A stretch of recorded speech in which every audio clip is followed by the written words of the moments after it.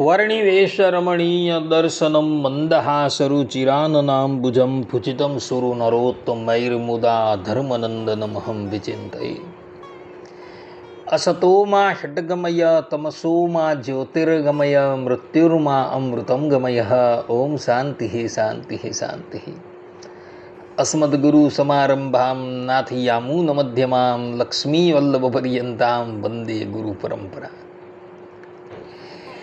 આજની જ્ઞાન સભાની અંદર પધારનારા બધા જ ભગવદ્ ભક્તોને વેદાંતાચાર્ય, પુરાણ ઇતિહાસાચાર્ય, એમએ ફિલોસોફી શાસ્ત્રી રાકેશભાઈના હેતપૂર્વક જય સ્વામિનારાયણ. ભક્તો, આજની આ જ્ઞાન સભાની અંદર આપણે બધા વિશિષ્ટાદ્વૈત સિદ્ધાંત પર કથા શ્રવણ કરશું. પ્રવચન થોડું કઠિન હશે, પરંતુ વિશિષ્ટાદ્વૈત સિદ્ધાંત જાણવો પણ અત્યંત જરૂરી છે. એનું કારણ એ કે ભગવાન સ્વામિનારાયણ શિક્ષાપત્રીના 121મા શ્લોકની અંદર કહે છે કે મતમ વિશિષ્ટાદ્વૈતમ, અર્થાત કે અમારો મત એ વિશિષ્ટાદ્વૈત છે. હવે આ પ્રમાણે ભગવાન સ્વામિનારાયણે જેને પોતાના અભિષ્ટ મત તરીકે માન્ય કરેલો છે, અને વિશિષ્ટાદ્વૈતની ગુરુ પરંપરામાં એવો સ્વયં આવે છે, અને આ વિશિષ્ટાદ્વૈત સિદ્ધાંત વિશે આપણે કંઈ જાણતા જ ન હોઈએ તો એ આપણી અજ્ઞાનતા કહેવાય. તો આજના પ્રવચનની અંદર હું સરળ રીતે વિશિષ્ટાદ્વૈત સિદ્ધાંત સમજાવવાનો પ્રયાસ કરું છું. તો બધા જ શ્રોતાગણો આ પ્રવચન એકાગ્ર મને કરીને શ્રવણ કરે અને એને આત્મસાત કરી લે. સર્વપ્રથમ વિશિષ્ટાદ્વૈત સિદ્ધાંતમાં જે વિશેષણ અને વિશેષ્ય આ બે આવે છે, આ બે પ્રમેય આવે છે, એનો અર્થ શું થાય એના પર આપણે વિચાર કરીએ. તો વિશેષણ અને વિશેષ્ય આ શબ્દની વ્યાખ્યા કરતા સ્વામિનારાયણ સંપ્રદાયના વડતાલ દેશના મહાન પંડિત શાસ્ત્રી હરિપ્રસાદ દાસજી પોતાના વિશિષ્ટાદ્વૈત સિદ્ધાંત સંગ્રહ પુષ્ટ 287 પર લખે છે કે ઇતર વ્યાવર્તકમ વિશેષણમ વિશેષણેર ઇતર વ્યાવૃત્યમ વિશેષ્યમ, અર્થાત કે બીજી વસ્તુઓથી એક વિશેષ્યને જે જુદું પાડી આપે તે વિશેષણ કહેવાય છે, અને વિશેષણોએ કરીને બીજી વસ્તુઓથી જે જુદું પડે એ વિશેષ્ય કહેવાય. દ્રષ્ટાંત તરીકે શ્યામ કમળ છે, એ વાક્યમાં શ્યામ વિશેષણ છે, તે બીજા રાતા કમળથી, પીળા કમળથી, ગુલાબી કમળથી વિશેષ્ય એવા કમળને જુદું પાડી આપે છે, એટલે માટે એને વિશેષણ કહેવાય છે. તે જ પ્રમાણે શ્યામ એ વિશેષણ વડે કમળ બીજા કમળથી ભિન્નતાને પામે છે, તેથી કમળને વિશેષ્ય કહેવાય છે. તે જ પ્રમાણે સંપૂર્ણ ચિત અને અચિતથી એ બ્રહ્મ તત્વ વિશિષ્ટ છે. ચિત એટલે જીવાત્માઓ અને અચિત એટલે માયા. એ ચિત અને અચિતથી એ બ્રહ્મ તત્વ અતિશય વિશિષ્ટ છે.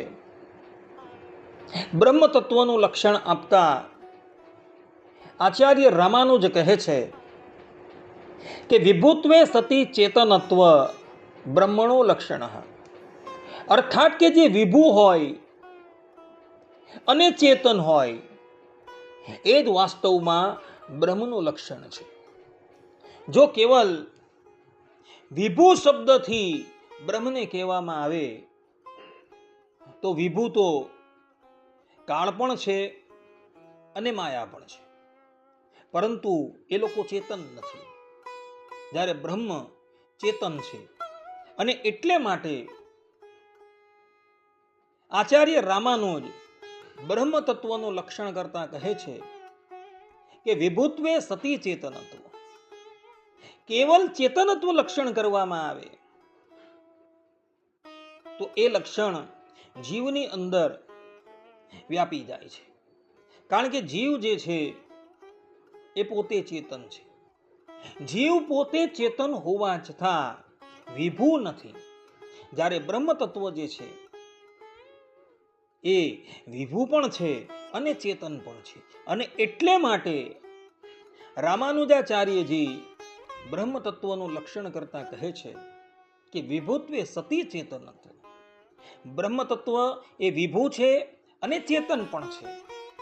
આ પ્રમાણે રામાનુજાચાર્યજીએ બ્રહ્મ તત્વનું લક્ષણ શ્રી ભાષ્યની અંદર તથા એ શ્રી ભાષ્યની ઉપર શ્રુત્યાર્થ પ્રકાશિકા લખનારા આચાર્ય સુદર્શને પોતાની ટીકાની અંદર આપેલું છે. આ પ્રમાણે ભક્તો વિશેષણ અને વિશેષ્ય આ બે શબ્દો સમજવા અત્યંત જરૂરી છે. કારણ કે વિશેષણ અને વિશેષ્ય એ તો વિશિષ્ટાદ્વૈત મતના મુખ્ય પ્રમેય છે. હવે આપણે વિશિષ્ટાદ્વૈત મતનો અર્થ શું થાય એના પર વિચાર કરીએ. તો આ વિશિષ્ટાદ્વૈત એ બે શબ્દોનો બનેલો છે. વિશિષ્ટ વત્તા અદ્વૈત. આ વિશિષ્ટ વત્તા અદ્વૈત જે છે એ બે શબ્દો મળીને એક શબ્દ બનેલો છે વિશિષ્ટાદ્વૈત. વિશિષ્ટાદ્વૈતની વ્યુત્પત્તિ કરતા રામાનુજ સંપ્રદાયના પંડિતો પોતે કહે છે કે દ્વયોર ભાવો દ્વિતા દ્વિતેવ દ્વૈતમ ન દ્વૈતમ અદ્વૈતમ વિશિષ્ટસ્ય અદ્વૈતમ વિશિષ્ટાદ્વૈતમ.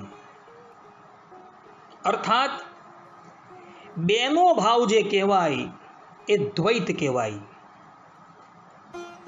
અને બેનો ભાવ જે છે તેને જ દ્વૈત કહેવાય. દ્વૈત નહીં તે અદ્વૈત કહેવાય અને વિશિષ્ટનો અદ્વૈત જે છે એ જ વિશિષ્ટાદ્વૈત છે. આ પ્રમાણે વિશિષ્ટાદ્વૈત મતની વ્યુત્પત્તિ શાસ્ત્રોની અંદર પ્રતિપાદન કરવામાં આવેલી છે. રામાનુજાચાર્યજી આ મતની અંદર એવું પ્રતિપાદન કરે છે કે વિશિષ્ટાદ્વૈત મત પ્રમાણે ત્રણ તત્વો છે: ભોક્તા, ભોગ્યમ અને પ્રેરિતારમ. ને એની અંદર શ્રુતિ પ્રમાણ પણ છે. જેમ કે શ્વેતાશ્વેતર ઉપનિષદની અંદર કહ્યું છે ભોક્તા, ભોગ્યમ, પ્રેરિતારમ. ને એ જ વાત ભગવાન સ્વામિનારાયણ શિક્ષાપત્રીની અંદર કહે છે જ્ઞાનમ ચ જીવ માયેશ રૂપાણામ સુષ્ટુ વેદનમ. એટલે વિશિષ્ટાદ્વૈત મત જે છે એ ત્રણ તત્વને સ્વીકાર કરે છે. આ ત્રણ તત્વો જે છે એમાંથી એક બ્રહ્મ તત્વ જે છે એ પ્રેરિતારમ છે. ભોક્તા તત્વ જે છે એ જીવ છે અને ભોગ્ય તત્વ જે છે એ માયા છે. એટલે ત્રણ તત્વોનું પ્રતિપાદન રામાનુજાચાર્યજી સમાસ વૃત્તિથી કરી રહ્યા છે. ઇતર દાર્શનિકોએ વ્યાસ વૃત્તિ અપનાવેલી છે. જ્યારે રામાનુજાચાર્યજી સટે 50 ન્યાય પ્રમાણે ત્રણની અંદર જ બધા જ તત્વોનો સમાવેશ કરી લે છે. આચાર્ય રામાનુજાચાર્ય એવું કહે છે કે યદ્યપિ જગત અને જીવ જે છે એ બંને કાર્યતઃ બ્રહ્મથી ભિન્ન છે, છતાં પણ તેઓનું પ્રાગટ્ય જે છે એ બ્રહ્મ તત્વથી જ થયું છે. અને બ્રહ્મ તત્વ જે છે તેઓની સાથે આ જીવ અને જગતનો સંબંધ કેવો છે? તો જે પ્રમાણે સૂર્યની કિરણ અને સૂર્ય તેના જેવો સંબંધ છે. સૂર્યની કિરણ અને સૂર્ય એ બંને આમ જોવા જાય તો ભિન્ન છે, છતાં પણ સૂર્ય વગર એની કિરણ નથી અને કિરણ વગર સૂર્ય નથી. એમ જીવ અને જગત જે છે એ બ્રહ્મ વગર પોતાનું અસ્તિત્વ ધરાવી શકતા જ નથી. અને બ્રહ્મ જે છે એ પણ જીવ અને જગતની અંદર પૂર્ણ રૂપે વ્યાપીને રહ્યા છે, ચાહે એ કારણ અવસ્થાની અંદર હોય કે કાર્ય અવસ્થાની અંદર હોય. કારણ અવસ્થાની અંદર પણ એ બ્રહ્મ તત્વ જે છે એ જીવ અને જગતની અંદર વ્યાપીને રહ્યા હતા અને એના નિયંતા હતા. અને કાર્ય અવસ્થાની અંદર પણ એ બ્રહ્મ તત્વ જે છે એ જીવ અને જગતની અંદર વ્યાપીને રહ્યા છે. અને કાર્ય અવસ્થામાં પણ એ બંનેના એ બ્રહ્મ જે છે એ નિયંતા છે. કહેવાનું તાત્પર્ય એ છે કે બ્રહ્મ તત્વ જે છે એ જીવ અને જગતથી ભિન્ન પણ છે અને જીવ અને જગતની સાથે પણ છે. કારણ અવસ્થાની અંદર પણ એ બ્રહ્મ તત્વ જીવ અને જગતના નિયંતા હતા અને કાર્ય અવસ્થાની અંદર પણ એ જીવ અને જગતના નિયંતા હોવાથી આ મતને વિશિષ્ટા દ્વૈત કહેવામાં આવે છે. ભક્તો, હવે કોઈને સંશય થાય કે ભાઈ બ્રહ્મ તત્વ જે છે એ જગતથી ભિન્ન કેવી રીતના, અને જગત અને જીવ જે છે એ બ્રહ્મથી ભિન્ન કેવી રીતના?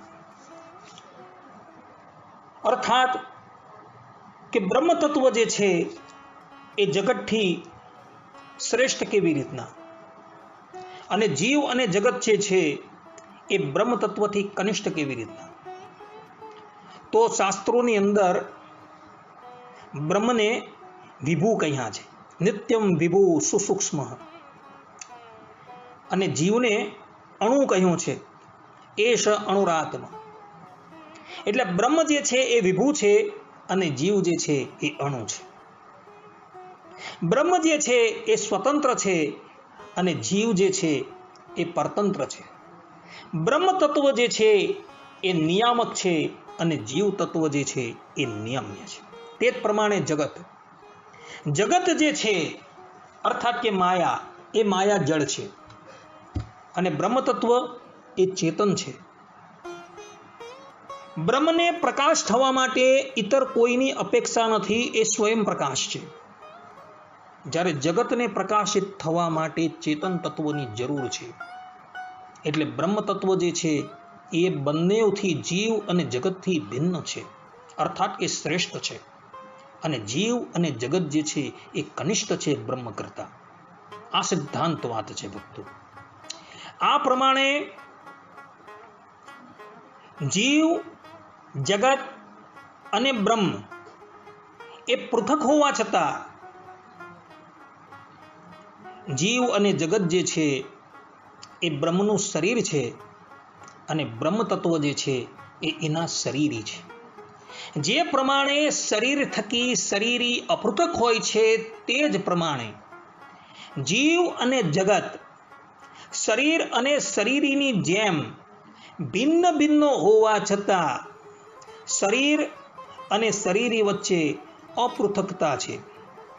શરીરી આત્મા વગર શરીર જે છે એ ક્યારેય પણ રહી શકતું નથી. તે જ પ્રમાણે બ્રહ્મ તત્વ જે છે, જે પોતે શરીરી છે, એ પોતાના શરીર વગર ક્યારેય પણ રહી શકતા નથી અને શરીર એવા જીવ અને જગત એ બ્રહ્મ શરીરી વગર ક્યારેય પણ રહી શકતા નથી. એટલે માટે એ લોકો વચ્ચે અપૃથક સંબંધ, અભિન્ન સંબંધ છે ભક્તો. બૃહદારણ્યક ઉપનિષદની અંદર વિસ્તારથી શરીર શરીરી ભાવનું પ્રતિપાદન કરવામાં આવેલું છે.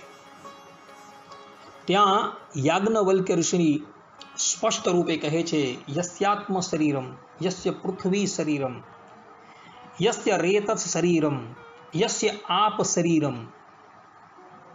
આ પ્રમાણે વેદાંતની શ્રુતિઓ પણ કહે છે કે સંપૂર્ણ જગત જે છે એ ભગવાનનું શરીર છે. રામાયણની અંદર પણ યુદ્ધ કાંડની અંદર તમે જુઓ તો બ્રહ્માજીની સ્તુતિ છે. બ્રહ્માજીની સ્તુતિની અંદર પણ બ્રહ્માજી સંપૂર્ણ જગતને શ્રી રામનું શરીર બતાવે છે. જગત સર્વમ શરીરમ તે. શ્રીમદ ભાગવતની અંદર પણ હરેર તનુ, સંપૂર્ણ જગત જે છે એ શ્રી હરિનું તનુ એટલે શરીર છે. આ પ્રમાણે શ્રુતિઓની અંદર તથા સ્મૃતિ એવા ઇતિહાસ પુરાણની અંદર સંપૂર્ણ જગતને ભગવાનનું શરીર બતાવવામાં આવેલું છે. અને ભગવાન એ સંપૂર્ણ જગતના અને આત્માના શરીરી તરીકે પ્રતિપાદન કરવામાં આવેલા છે. આ જ વિશિષ્ટાદ્વૈત મતનો ભક્તો સિદ્ધાંત છે. તો કોઈ વ્યક્તિને એવી શંકા થાય કે તમે સંપૂર્ણ જગતને શરીર કહો છો ભગવાનનું, અને ભગવાનને સંપૂર્ણ જગતના શરીરી કહો છો, તો એની અંદર એક દોષ આવીને, એક શંકા આવીને ઊભી રહી જાય છે કે જીવગત જેટલા પણ દોષો છે એ બધા જ દોષો જે છે એ ભગવાનને પણ વળગવાના. જળ એવી માયાના જેટલા દોષો છે એ બધા જ દોષો બ્રહ્મ તત્વને પણ વળગવાના. કારણ કે બ્રહ્મ તત્વ જે છે એ એની અંદર વ્યાપીને રહ્યું છે. એટલે જીવગત દોષ અને માયાગત દોષ જે છે એ બ્રહ્મ તત્વને પણ વળગવાના. આવી કોઈ શંકા કરે તો એ શંકાના નિવારણ રૂપે આચાર્ય રામાનુજાચાર્યજી ગીતા ભાષ્યની અંદર પ્રારંભની અંદર જ ઉપોટઘાટની અંદર એક બહુ સુંદર વાક્ય લખે છે કે નિખિલ હે પ્રત્યનિક કલ્યાણ એકતાન શ્વેતર સમસ્ત વસ્તુ વિલક્ષણ. અર્થાત કે એ ભગવાન જે છે એ નિરેસ્ત, નિખિલ, દોષ રહિત અને સમસ્ત કલ્યાણ ગુણ પરિપૂર્ણ છે. માયાના જેટલા પણ સત્વ છે, રજ છે, તમ ગુણ છે, એ ત્રણેય ગુણથી એ રહિત છે. અને કારુણ્ય, સૌશલ્ય, જ્ઞાન, બલ, ઐશ્વર્ય, વીર્ય, શક્તિ ઇત્યાદિક કલ્યાણકારી ગુણોથી પરિપૂર્ણ છે. અને શ્વેતર સમસ્ત વસ્તુ વિલક્ષણ છે. એટલે બધી જ વસ્તુથી એ બ્રહ્મ તત્વ જે છે એ વિલક્ષણ બતાવેલું છે ભક્તો. રામાનુજાચાર્યજી ગીતા ભાષ્યના પ્રારંભની અંદર જ આ બાબતનો બહુ જ સુંદર રીતે ખુલાસો કરી દે છે. અને આ જ વાત જે છે એ શ્રુતિ ભગવતીની અંદર પણ લખાયેલી છે. બૃહદારણ્યક ઉપનિષદની અંદર ય આત્માને તિષ્ઠન, યહ પૃથિવ્યામ તિષ્ઠન,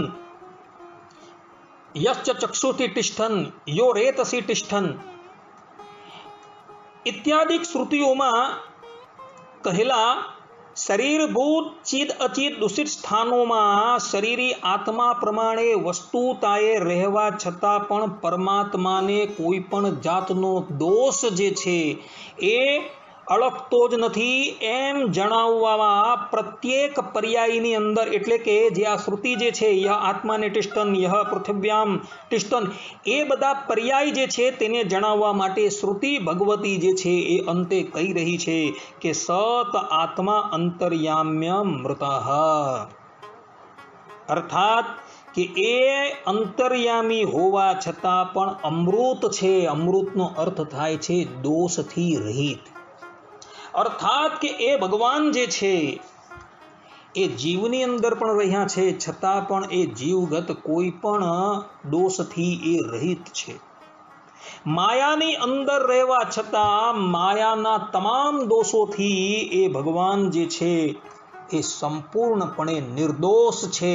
કારણ કે અમૃત શબ્દ ત્યાં લખેલો છે બૃહદારણ્યક ઉપનિષદની અંદર, અને મહાનારાયણ ઉપનિષદની અંદર તો આ બાબત સ્પષ્ટ રૂપે લખેલી છે. એ સર્વભૂત અંતરાત્મા અપહત પાપમાં દિવ્ય દેવ એકો નારાયણ, કે સર્વભૂતોમાં અંતર્યામીપણે રહેવા છતાં પણ અપહત પાપમાં એટલે કે નિર્દોષ દિવ્ય દેવ એક નારાયણ જ છે. કે ભૂત પ્રાણી માત્રની અંદર રહેવા છતાં પણ એ પરબ્રહ્મ પરમાત્મા જે છે એ સંપૂર્ણપણે નિર્દોષ છે. એને કોઈ પણ જાતનો દોષ લાગતો જ નથી. અને આ જ વાત વેદાંત સૂત્રની અંદર પણ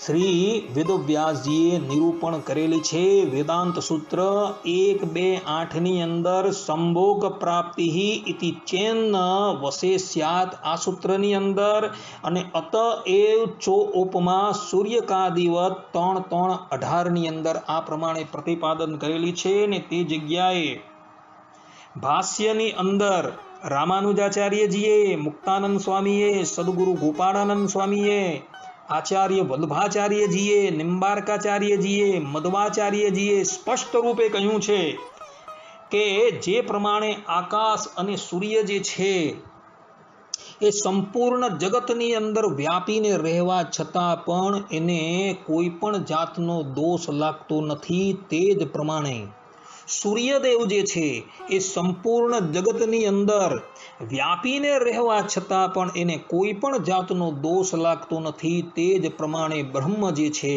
એ સંપૂર્ણ જગતની અંદર વ્યાપીને રહેવા છતાં અને જીવની અંદર અંતર્યામી તરીકે, એના નિયંતા તરીકે રહેવા છતાં પણ એ બ્રહ્મ જે છે એ સંપૂર્ણપણે નિર્દોષ છે. આ સિદ્ધાંત જે છે એ શ્રુતિ અને સૂત્ર દ્વારા સ્થિત કરવામાં આવેલો છે. અને આ જ બાબતનું પ્રતિપાદન ભગવાન સ્વામિનારાયણ વચનામૃતની અંદર પણ કરી રહ્યા છે. ભગવાન સ્વામિનારાયણ પ્રથમના 23મા વચનામૃતમાં કહે છે કે જેને ભજને કરીને હું આવો નિર્દોષ થયો, એવા જે ભગવાન તેને વિશે તો કોઈ માયિક દોષ હોય જ કેમ. ભગવાન સ્વામિનારાયણ કહે છે કે જેનું ભજન કરતા કરતા હું નિર્દોષ થઈ ગયો, એવા ભગવાનની અંદર દોષ કેવી રીતના રહી શકવાનું. આ ઉપરાંત ભગવાન સ્વામિનારાયણ પ્રથમના 33મા વચનામૃતની અંદર કહે છે, અને પુરુષોત્તમ ભગવાનને સર્વથી પર અને નિર્વિકાર સમજતો હોય. ભગવાન જે છે એ સંપૂર્ણ જગત પ્રત્યે થયા, અર્થાત કે જેવી રીતના કરોડિયો જે છે એ કરોડિયો વિહાર કરવાની ઈચ્છાથી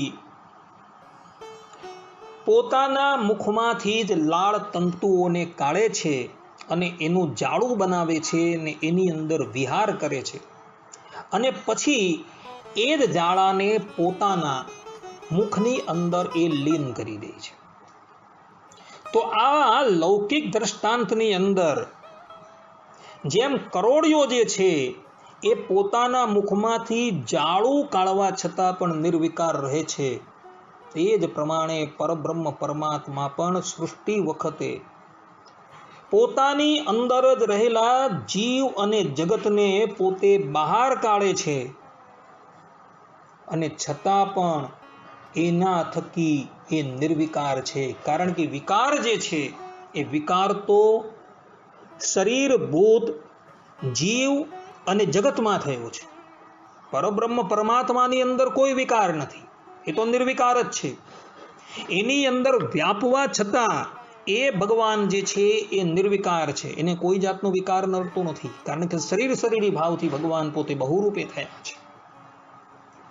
જે પ્રમાણે એક સામાન્ય કરોડિયો જે છે એ વિહાર કરવાની ઈચ્છાથી પોતાના મુખમાંથી લાળ તંતુ પ્રગટ કરીને એની અંદર વિહાર કરે છે, છતાં પણ એ કરોડિયાને કોઈ પણ જાતનો વિકાર નડતો નથી, તો આ અનંતકોટી બ્રહ્માંડના અધિપતિ પરબ્રહ્મ પરમાત્મા શ્રીમન નારાયણ જે સર્વ કારણના કારણ છે એને વિકાર નડી જ કેવી રીતના શકે? એટલે એ ભગવાન જે છે એ નિર્વિકાર છે ને એટલે જ માટે ભગવાન સ્વામિનારાયણે અહીં પ્રથમના 33મા વચનામૃતની અંદર નિર્વિકાર કીધેલા છે ભગવાનને. એ જ પ્રમાણે પ્રથમના 62મા વચનામૃતની અંદર પણ ભગવાન કહે છે અને એ સર્વને કરતા થકી પણ એ નિર્દોષ છે એમ ભગવાનને જાણે ભગવાન સર્વ પ્રકારે નિર્બંધ છે. સારંગપુરના 5મા વચનામૃતની અંદર પણ ભગવાન સ્વામિનારાયણ આ બાબત બહુ સુંદર રીતે નિરૂપણ કરે છે અને બદ્ધ જીવ તથા મુક્ત જીવ એ બેના હૃદયમાં સાક્ષી રૂપ થકા રહ્યા છે અને બદ્ધપણું ને મુક્તપણું જેને અડતું નથી તેમ જે ઈશ્વરના ને અક્ષરના હૃદયમાં સાક્ષી રૂપે રહ્યા છે અને તે ઉપાધિ થકી રહિત છે એમ પુરુષોત્તમનું અન્વય સ્વરૂપ છે કે ભગવાન જે છે એ જીવ છે અને જગત છે એની અંદર રહેવા છતાં પણ એને કોઈ પણ જાતનો વિકાર નડતો નથી. એ જીવ અને જગત જે દોષ છે એ દોષ પણ ભગવાનને ક્યારેય પણ નડતા નથી. આ સિદ્ધાંત વાત છે. બ્રહ્મ તત્વ જે છે ને એ આ સંપૂર્ણ જગતની જે રચના કરે છે ને એ કેવલ ને કેવલ લીલા માટે જ કરે છે. લોકવત્તુ લીલા કૈવલ્યમ વેદાંત સૂત્રના 4th અધ્યાયની અંદર ભગવાન વેદવ્યાસજી કહે છે. અને ભગવાન સ્વામિનારાયણ ના નંદ સંતોએ જે વચનામૃત લખેલું છે તેના ઉપોટ ઘાટની અંદર પણ નંદ સંતો કહે છે કે અનંત કોટી બ્રહ્માંડની જે ઉત્પત્તિ સ્થિતિ ને પ્રલય તે રૂપ જે લીલા જેમની છે આ પ્રમાણે જગતની ઉત્પત્તિ સ્થિતિ અને પ્રલય રૂપ લીલા જેની છે એ પ્રમાણે નંદ સંતો પણ આ સંપૂર્ણ જગતની ઉત્પત્તિને લીલા કહી રહ્યા છે. એટલે ભગવાન કેવલ લીલાને માટે આ જગતની સૃષ્ટિ કરે છે. તો કોઈ વ્યક્તિને એવો સંશય થાય કે ભગવાન લીલા કરવા માટે આ સંપૂર્ણ જગતની રચના કરે છે તો આ તો એક જાતનો ઉન્માદ કહેવાય. તો એ લોકોને કહેવાનું ભક્તો કે લીલાનો અર્થ તમે જે કરો છો એ અર્થ નથી. લીલાનો અર્થ કરતા શ્રી ભાષ્યની ઉપર સુદર્શન આચાર્યજીએ જે ટીકા લખેલી છે જેનું નામ છે શ્રુત્યાર્થ પ્રકાશિકા, એ શ્રુત્યાર્થ પ્રકાશિકાની અંદર લીલા શબ્દનો અર્થ કરેલો છે તે શરીર દ્વારા કાર્ય સંપાદન કરવા. એટલે ભગવાન જે છે એ કૃપા કરીને આ સૃષ્ટિ કરે છે અને જીવ જે ભગવાનનું શરીર છે અને જગત જે ભગવાનનું શરીર છે તેના દ્વારા એ ભગવાન કાર્ય જે છે એ સંપાદન કરે છે. આ પ્રમાણે લીલા શબ્દનો અર્થ જે છે એ સુદર્શન આચાર્યજીએ કરેલો છે. કહેવાનું તાત્પર્ય એ કે બ્રહ્મ તત્વ જે છે એ પોતાની ક્રીડાને અર્થે કઈ સૃષ્ટિ કરતા નથી, કઈ આનંદ પામવા માટે સૃષ્ટિ નથી કરતા. કારણ કે શાસ્ત્રોની અંદર કહ્યું છે એષ આનંદમય બ્રહ્મ, કે બ્રહ્મ જે છે એ આનંદમય છે. છતાં પણ ક્રીડા માટે સૃષ્ટિ કરે છે. પરંતુ ભક્તો એ ક્રીડા એટલે લીલાનો અર્થ એવો થાય છે કે તે શરીર દ્વારા કાર્ય સંપાદન કરવા, આ લીલા શબ્દનો અર્થ છે. બીજો અર્થ જે છે એ નથી ગ્રહણ કરવાનો અહીં. પરંતુ લીલા એટલે તે કાર્ય તે શરીર દ્વારા કાર્ય સંપાદન કરવા. ને આ પ્રમાણે એ ભગવાન જે છે એ લીલા કરવાને અર્થે સંપૂર્ણ સૃષ્ટિની રચના કરે છે. તો કોઈ વ્યક્તિ એવું કહે કે શું એ બ્રહ્મ તત્વ જે છે એ લીલા કરવાને અર્થે સૃષ્ટિ કરે છે ત્યારે કોઈની અપેક્ષા રાખે છે? તો એમને કહેવાનું કે હા, એ અપેક્ષા રાખે છે. જીવકૃત જે અનાદિ કર્મ સંસ્કાર છે તેની અપેક્ષા રાખે છે, અને એ અપેક્ષાને રાખતા થકા જ એ ભગવાન જે છે એ સૃષ્ટિની ઉત્પત્તિ કરે છે. એટલે ભગવાનને વિશે નિર્દયપણું પણ નથી આવતું અને વિષમપણું પણ નથી આવતું. કારણ કે જીવગત જે પ્રાચીન કર્મ જે છે એ પ્રાચીન કર્મને ધ્યાનમાં લઈને જ ભગવાન જે છે એ આ સૃષ્ટિ કરે છે. અને એટલે જ માટે જગતની અંદર કોઈ દુઃખી જોવા મળે છે, કોઈ સુખી જોવા મળે છે. જો ભગવાન કેવલ આનંદને માટે સૃષ્ટિ કરતા હતે તો આ સૃષ્ટિ પણ આનંદમય હતી અને બધા જ જે છે એક સરખા સુખી હોવા જોઈએ, પણ એવું નથી. જીવગત જે કર્મ જે છે એ કર્મ પ્રમાણે ભગવાન જે છે એ સૃષ્ટિ કરે છે. ને આમ હોવા છતાં પણ ભગવાનને ક્યારેય પણ કોઈ નિર્દય ન કહી શકે કે વિષમ ન કહી શકે, કારણ કે આ બાબતનું સમાધાન ભગવાન વેદવ્યાસજીએ સ્પષ્ટ રૂપે બ્રહ્મસૂત્રની અંદર કરેલું છે. વૈષમ્ય નૈર્ગુણ્ય ન ચાપેક્ષત્વાત. એટલે બ્રહ્મની અંદર વિષમતા પણ નથી અને નિર્દયતા પણ નથી.